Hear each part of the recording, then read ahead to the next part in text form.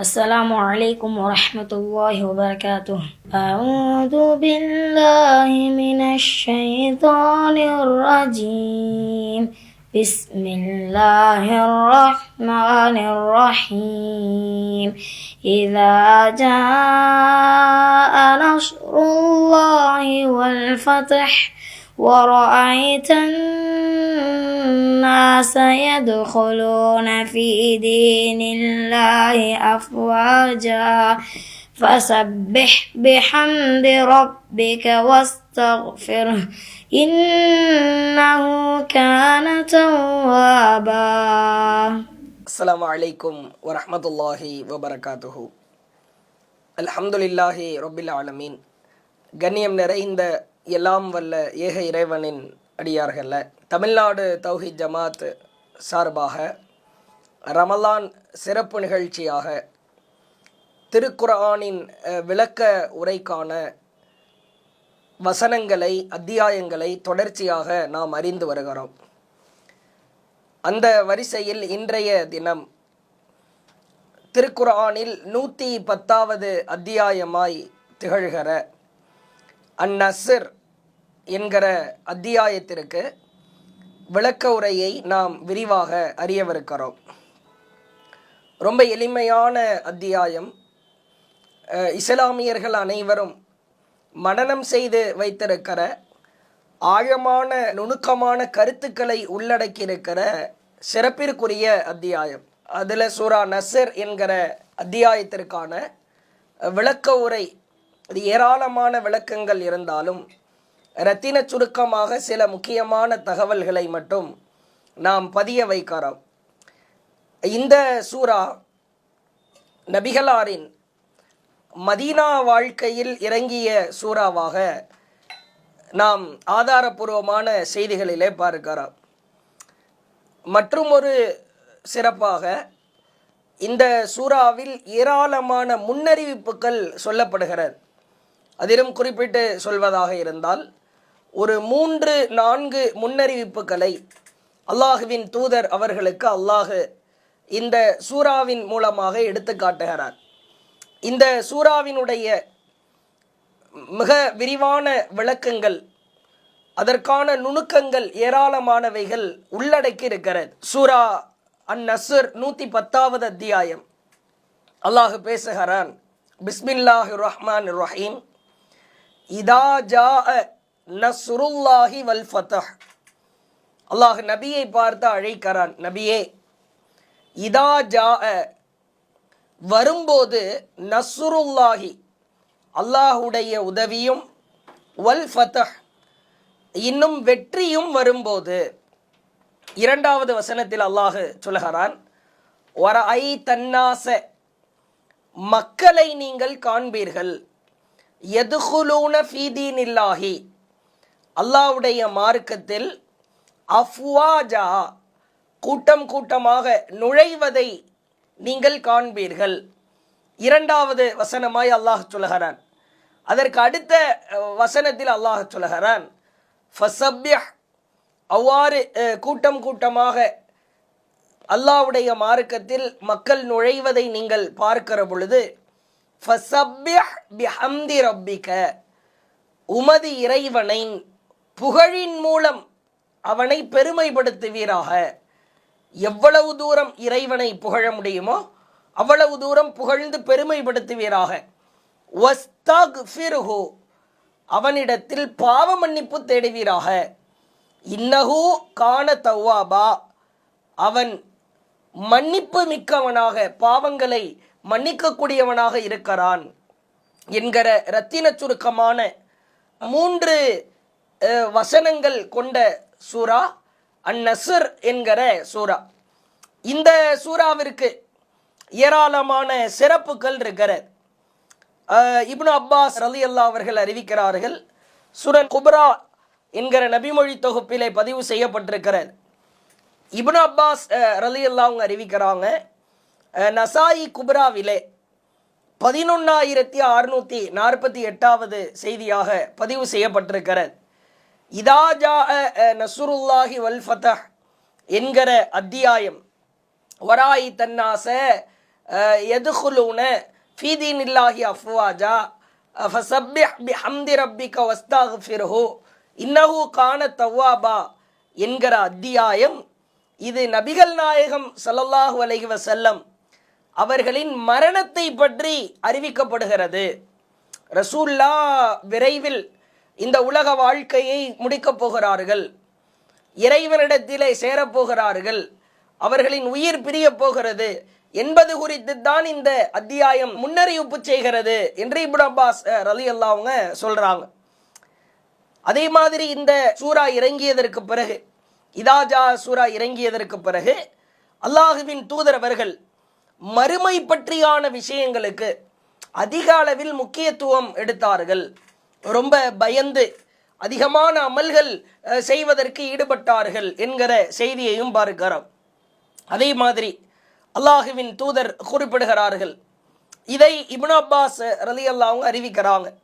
இப்னு Abbas ரலியல்லாஹு அவர்கள் உபைதுல்லா பின் அப்துல்லா என்கிற தன்னோடு வாழ்கிற ஒரு தாபியிடத்திலே கேட்கிறார்கள், குரானிலே இறுதியாக அருளப்பட்ட முழு அத்தியாயம் எதுவென்று உங்களுக்கு தெரியுமா?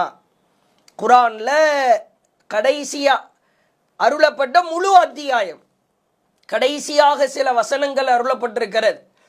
சூரா பக்ராவில் உள்ள வசனம், சூரா மாயிதாவில் இருக்கிற வசனம் என்று தனித்தனி வசனங்கள் அருளப்பட்டிருக்கிறது.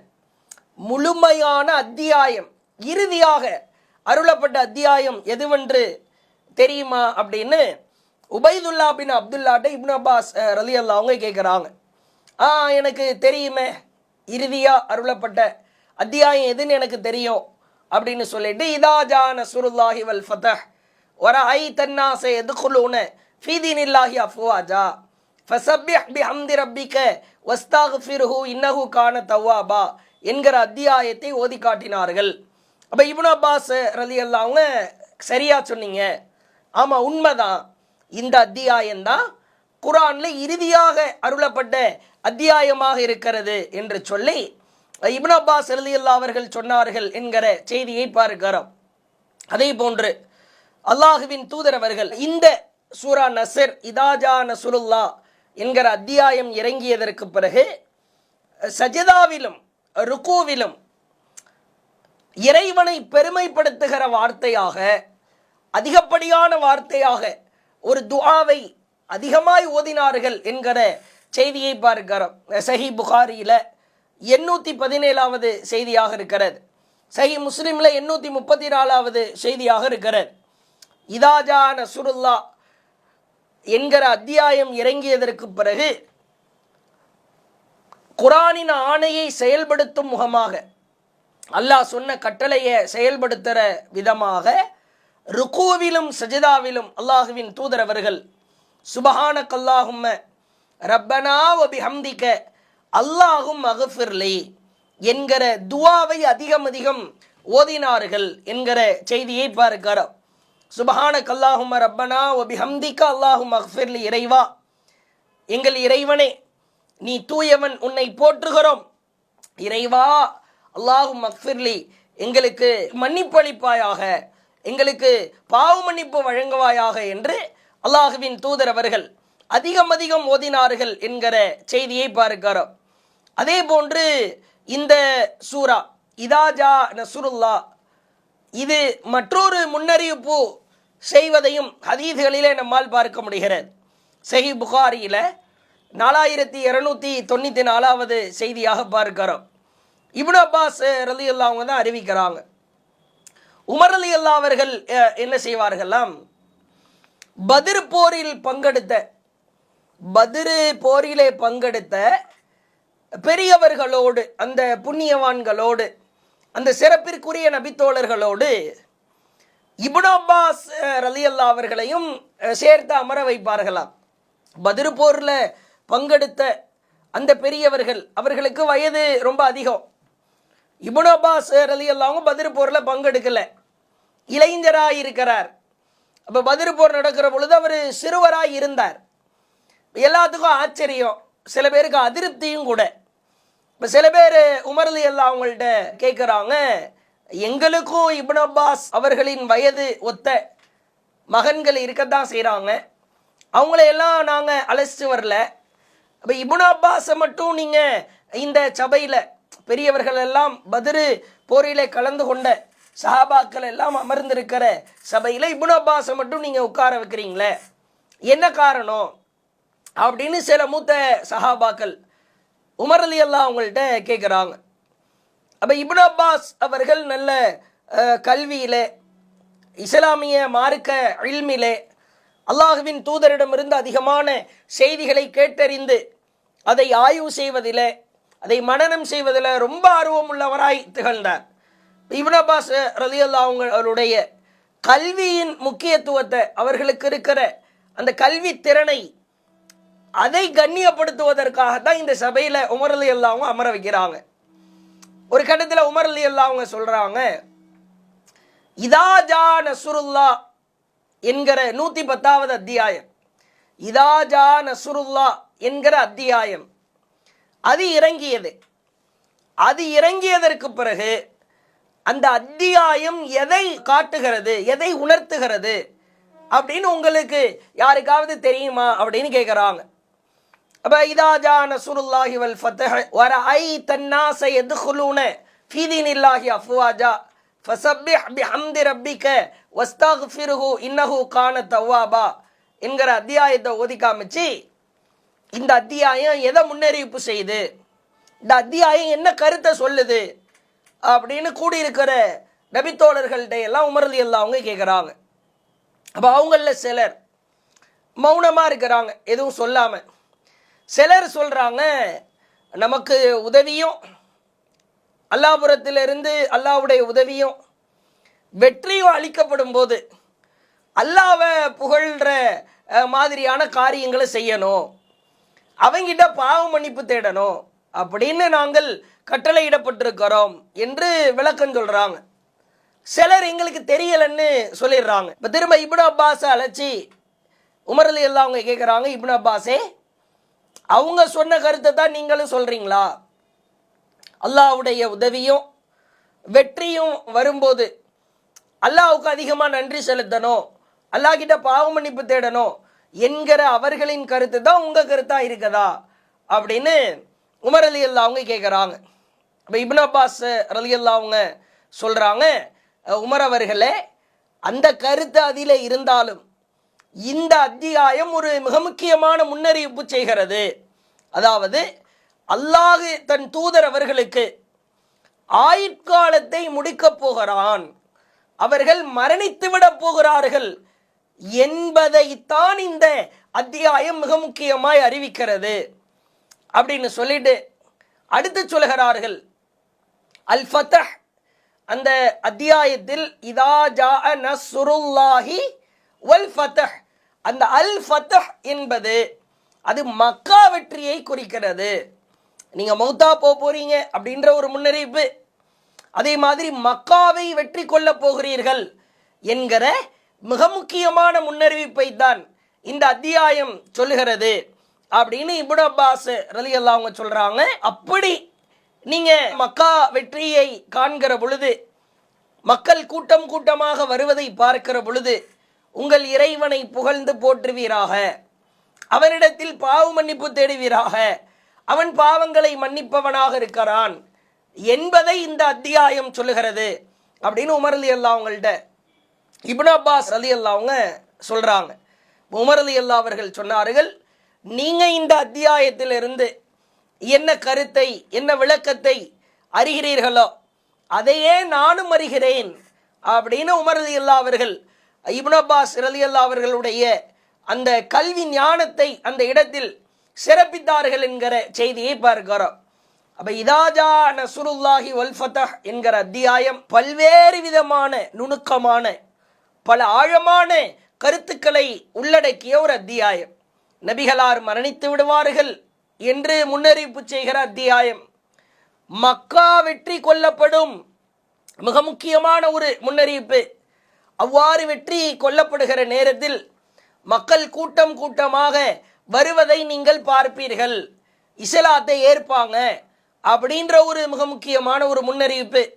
அவ்வாறு மக்கள் கூட்டம் கூட்டமாக வந்தால், அவ்வாறு வருகிற பொழுது நீங்கள் அல்லாஹுவை பெருமைப்படுத்துங்கள், அவரிடத்தில் பாவ மன்னிப்பு தேடுங்கள், அல்லாஹ் பாவங்களை மன்னிக்கக்கூடியவனாக இருக்கிறான் என்கிற இந்த அத்தியாயத்தினுடைய பல்வேறு முன்னறிவிப்புகளை, இரத்தின சுருக்கமான அத்தியாயமாக இருந்தாலும் பல்வேறு முன்னறிவிப்புகள் நிறைந்ததாய் இந்த அத்தியாயம் இருப்பதை பார்க்கிறோம். இப்பொழுது ஒவ்வொரு வசனத்திற்கான விளக்கத்தை நாம் அறிந்து கொள்வோம். முதலாவது வசனம், இதா ஜாஅ நஸ்ருல்லாஹி வல் ஃபதஹ், அல்லாஹ்வுடைய உதவியும் இன்னும் வெற்றியும் வரும்போது. அல்லாஹ்வுடைய உதவி ரொம்ப ரொம்ப முக்கியத்துவம் வாய்ந்தது. அல்லாஹுவின் உதவி இல்லாவிட்டால் வெற்றிக்கு வாய்ப்பே கிடையாது. இதை இஸ்லாமியர்கள் ஆழமாய் நம்ப வேண்டும். நீங்கள் கூட பார்க்கலாம், நஸ்ர் உதவி என்பது யாரெல்லாம் இந்த மார்க்கத்திற்காக பாடுபடுகிறார்களோ, இஸ்லாத்தை ஏற்றுக்கொண்டு இந்த இஸ்லாத்தில் உறுதியாய் நிற்கிறார்களோ, அவர்களுக்கு இறுதியாய் அல்லாஹ் மகத்தான வெற்றியை தன் புறத்தில் இருந்து கொடுத்திருக்கிறார். பல்வேறு சான்றுகளை நம்மால் பார்க்க முடிகிறது. அல்லாஹ்வுடைய உதவி ரொம்ப ரொம்ப முக்கியத்துவம் வாய்ந்தது. இறைவனுடைய உதவியை பெற வேண்டுமானால் பொறுமை மிக மிக அவசியம். வாழ்க்கையில் ஏராளமான சிரமங்கள் ஏற்படும், கஷ்டங்கள் ஏற்படும், சோதனைகள் ஏற்படும். அவ்வாறு சோதனை ஏற்படுகிற பொழுது நாம் பொறுத்து கொண்டு சகித்து கொண்டு இருக்கிற பொழுது அல்லாஹுவின் உதவி நிச்சயமாய் அவசியமாய் நமக்கு கிடைக்கும் என்பதை அல்லாஹ் இந்த இரத்தின சுருக்கமான வார்த்தையில் ஆழமாய் நமக்கு பதிய வைக்கிறான். திருமறை குர்ஆனிலே பார்க்கிறோம், 2வது அத்தியாயம் 250வது வசனம். இந்த ஜாலூத் என்கிற ஒரு கொடூரன் வாழ்ந்தான். ஜாலூத் என்கிற கொடூரனை தாலூத் என்கிற நல்லடியார் ஜாலூத்தையும் அவனது படைகளையும் அவர்களை எதிர்த்து போர் செய்தார். அப்போது அல்லாஹ் குர்ஆனிலே சொல்கிறார், வலம்மா பரசு லி ஜாலூத் வ ஜுனூதி, ஜாலூத்தையும் அவனது படைகளையும் அவர் எதிர்கொண்ட பொழுது, தாலூத் எதிர்கொண்ட பொழுது, காலு அவர்கள் கூறினார்கள், ரப்பனா எங்கள் இறைவா, அஃப்ரிகா அலைனா சபரா, எங்கள் இறைவனே எங்கள் மீது பொறுமையை பொழிவாயாக, அருவியாய் பொழிந்துவிடு இறைவா. வஸப்பித் அக்தாமனா, இறைவா எங்கள் பாதங்களை உறுதிப்படுத்துவாயாக. வன்சுர்னா அலல் கௌமில் காஃபிரீன், இறைவா இறை மறுப்பாளர்களுக்கு எதிராக எங்களுக்கு உதவி செய்வாயாக. இறை மறுப்பாளர்களுக்கு எதிராக எங்களுக்கு உதவி செய்வாயாக என்று அவர் பிரார்த்தனை செய்தார். அல்லாஹ் கிட்ட உதவியை தான் தேடி இருக்கிறாங்க. எத்தனையோ நபிமார்களை பார்க்கிறோம்.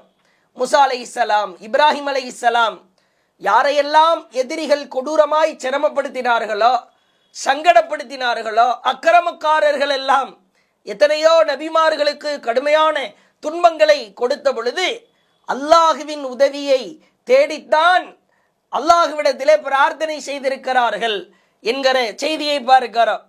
அதே போன்று அல்லாஹ் மற்றொரு வசனத்திலே சொல்கிறார். பத்ர் போர் சம்பவம் குறித்து அல்லாஹ் சொல்லுகிற பொழுது தான் நாடியோரை அல்லாஹ் சொல்லுகிறார், வல்லாஹு யுஐது பினஸ்ரிஹி மையஷா, தான் நாடியோரை அல்லாஹ் தன்னுடைய உதவியின் மூலமாக பலப்படுத்துகிறான். யாருக்கு அல்லாஹ் உதவ வேண்டும் என்று முடிவெடுத்து விட்டானோ, யாருக்கு அல்லாஹ் உதவியை பொழிய வேண்டும் என்று முடிவெடுத்து விட்டானோ, தன்னுடைய உதவியின் மூலமாக அவர்களை அல்லாஹ் பலப்படுத்துகிறான். அல்லாஹ் சொல்லிவிட்டு சொல்லுகிறான், இன்ன ஃபி ذلك لعبرة لأولي الأبصار, அறிவுடையோருக்கு இதில் ஏராளமான படிப்பினைகள் இருக்கிறது. அல்லாஹ் நாடிவிட்டான், உங்களுக்கு உதவ வேண்டும் என்று நாடிவிட்டான். யார் தடுத்தாலும் சரிதான், யார் அந்த உதவிக்கு எதிராக நின்றாலும் சரிதான், அல்லாஹ் உனக்கு உதவ வேண்டும் என்று நாடிவிட்டால் நிச்சயமாக உதவியே தீருவான். உன் கஷ்டத்தை போக்குவான், உன் சிரமத்தை நீக்குவான், உன் நோய்க்கு நிவாரணம் தருவான். உன் குடும்ப கஷ்டத்தை, உன் மன கஷ்டத்தை, உன் பண கஷ்டத்தை, உன் பொருளாதார சிரமங்களை அல்லாஹ் மீது நீ உறுதியான நம்பிக்கை வைக்கிற பொழுது அல்லாஹ் உனக்கு உதவி செய்ய வேண்டும் என்று நாடிவிட்டால் நிச்சயமாக அல்லாஹ் உனக்கு உதவி செய்வான் என்று அல்லாஹ் திருமறை குர்ஆனிலே சொல்கிறார். பத்ர் போர்ல அல்லாஹ் உதவியும் செய்தான். வலக்கது நஸரகுமுல்லாஹ் பி பத்ரின் வ அன்தும் அதில்லா. பத்ர் போரிலே நீங்கள் பலவீனமாக இருந்த நிலையில் அல்லாஹ் உங்களுக்கு உதவி செய்தான். ஃபத்தகுல்லா லஅல்லக்கும் தஷ்குரூன். நீங்கள் நன்றி செலுத்துவதற்காக அல்லாஹ்வை அஞ்சுங்கள். அல்லாஹ் உங்களுக்கு உதவி செய்வான்.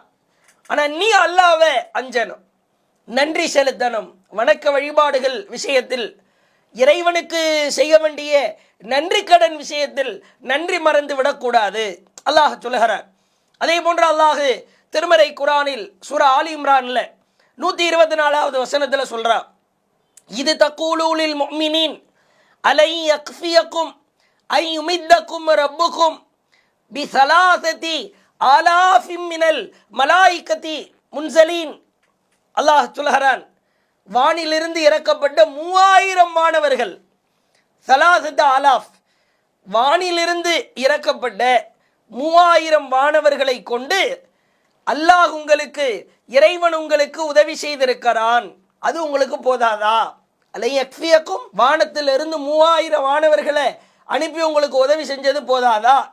சொல்லிவிட்டு அல்லாஹ் இறை நம்பிக்கையாளர்களிடம் இந்த வார்த்தையை கூறியதாய் திருக்குர்ஆனிலே பதிவு செய்கிறான். இறைவனுக்காக நீ வாழ்கிற பொழுது நீ இழப்பாய்.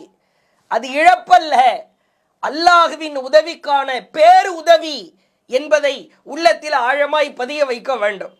இறைவனுக்காக வென்று உங்கள் வாழ்க்கையை கட்டமைக்கிற பொழுது அல்லாஹ் நிச்சயம் உதவி செய்வான். அல்லாஹுவின் உதவி கண்டிப்பாய் இறங்கும் என்பதை ஆழமாய் நம்ப வேண்டும். அதே போன்று அல்லாஹ் சொல்கிறான், சூரா ஆலி இம்ரான் 126வது வசனத்திலே பார்க்கிறோம். அல்லாஹ் சொல்கிறான், வமன் நஸ்ர், உதவி என்பது இல்லா மின் இந்தில்லா, அல்லாஹ்விடமிருந்தே தவிர இல்லை. உதவின்னா அல்லாஹ் கிட்ட இருந்து தான் வரும். அல் அசீசுல் ஹக்கீம், அல்லாஹ் மிகைத்தவனும் நுண்ணறிவாளனுமாய் இருக்கிறான்.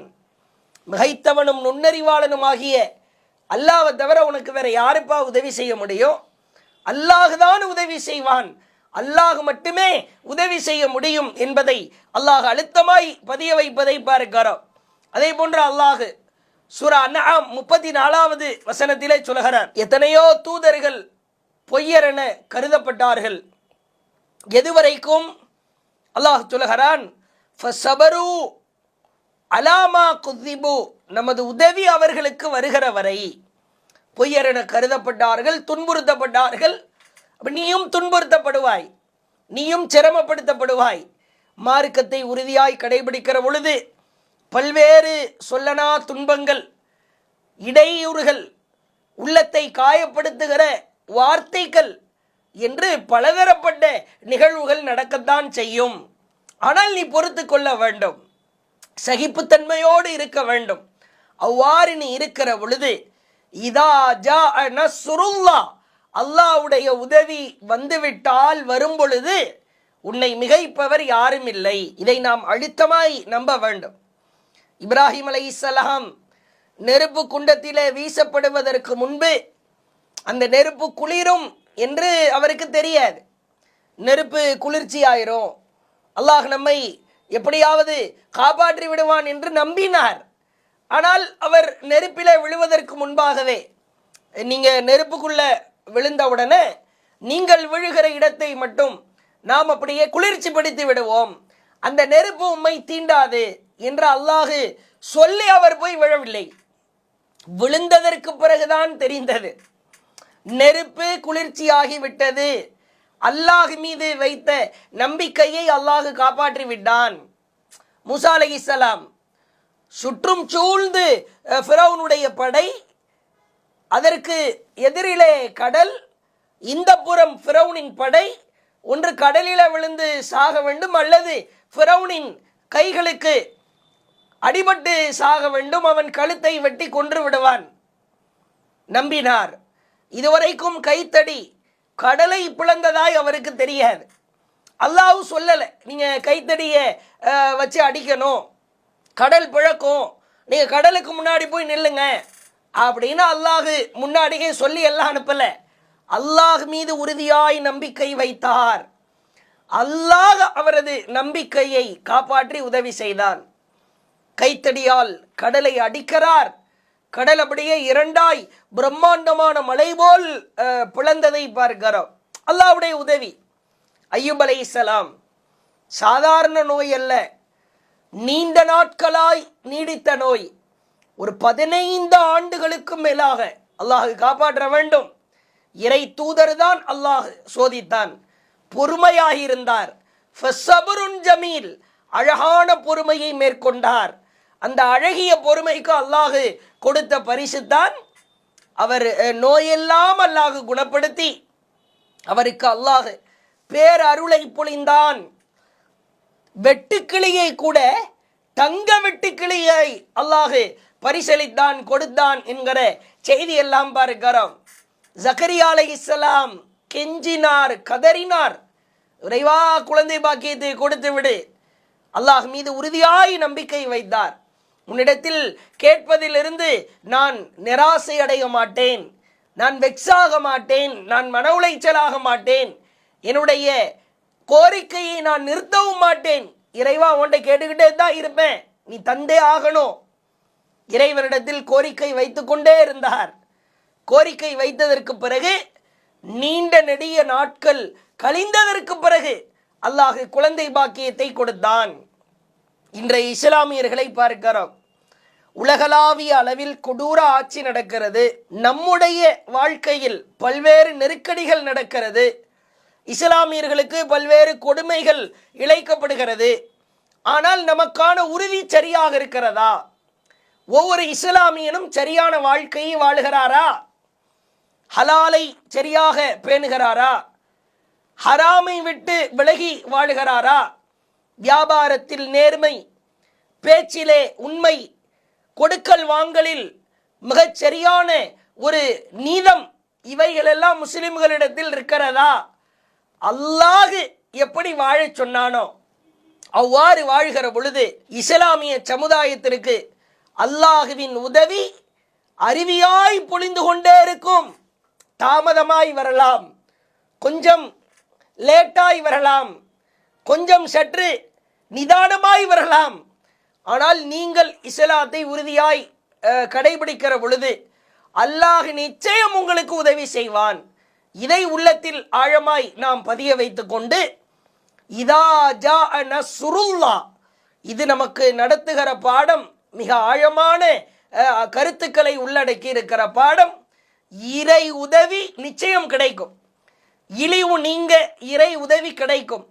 இறை நம்பிக்கையாளர்கள் இறைவனின் வார்த்தையை அப்படியே பின்பற்றி வாழ்ந்தால், இறை தூதரின் வாழ்க்கையை கடைபிடித்தால் இறை உதவி நிச்சயமாய் கிடைக்கும் என்பதை இந்த வசனம் வலியுறுத்துகிறது. இன்ஷா அல்லாஹ் இதனுடைய தொடர்ச்சியை வரக்கூடிய நாட்களில் தொடர்ச்சியாக பார்க்கலாம். வாஹிரு தஅவானா அனில் ஹம்துலில்லாஹி ரப்பில் ஆலமீன். அஸ்ஸலாமு அலைக்கும் வரஹ்மத்துல்லாஹி வபரகாத்துஹு. அல்லாஹு அக்பர், அல்லாஹு அக்பர்.